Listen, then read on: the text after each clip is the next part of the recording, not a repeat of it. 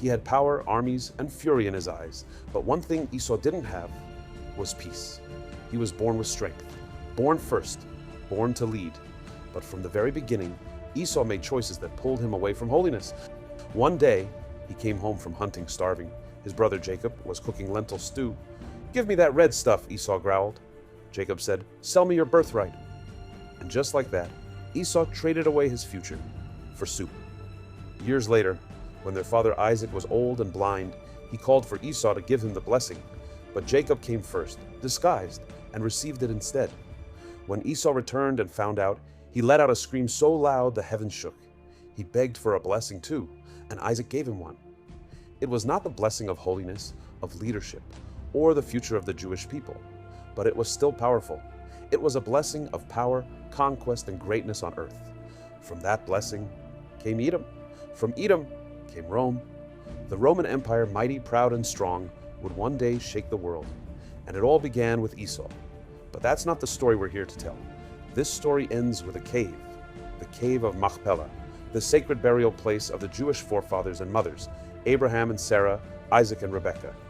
Now, Jacob had passed away, and his sons were bringing him to that holy place for burial. But as they approached the cave, Esau appeared. "Stop!" he shouted.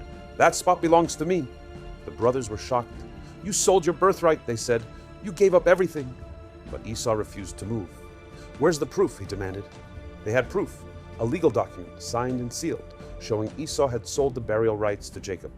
But it was in Egypt, far, far away, and sending for it meant waiting and waiting and waiting.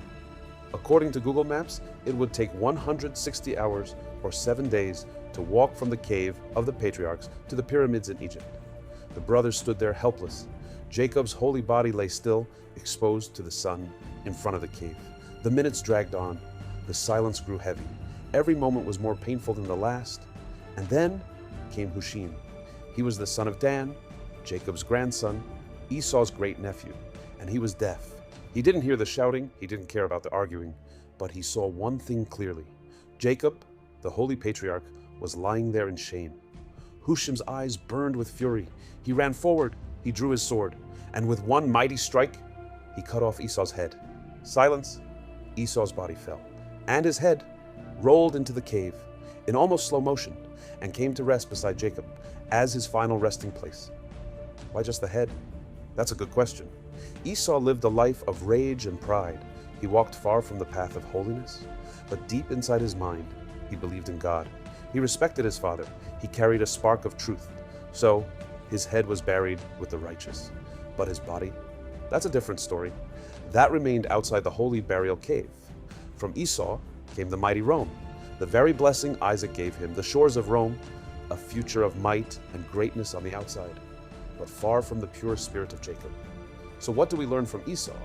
That even the strongest person can fall if they don't guard their heart, that the choices we make define who we truly are. Thanks for watching. If this story moved you, hit like, share it with your friends, and drop a comment below. What do you think about Esau? Was he a villain or a tragic soul? And who should we explore next? Let us know. See you in the next one.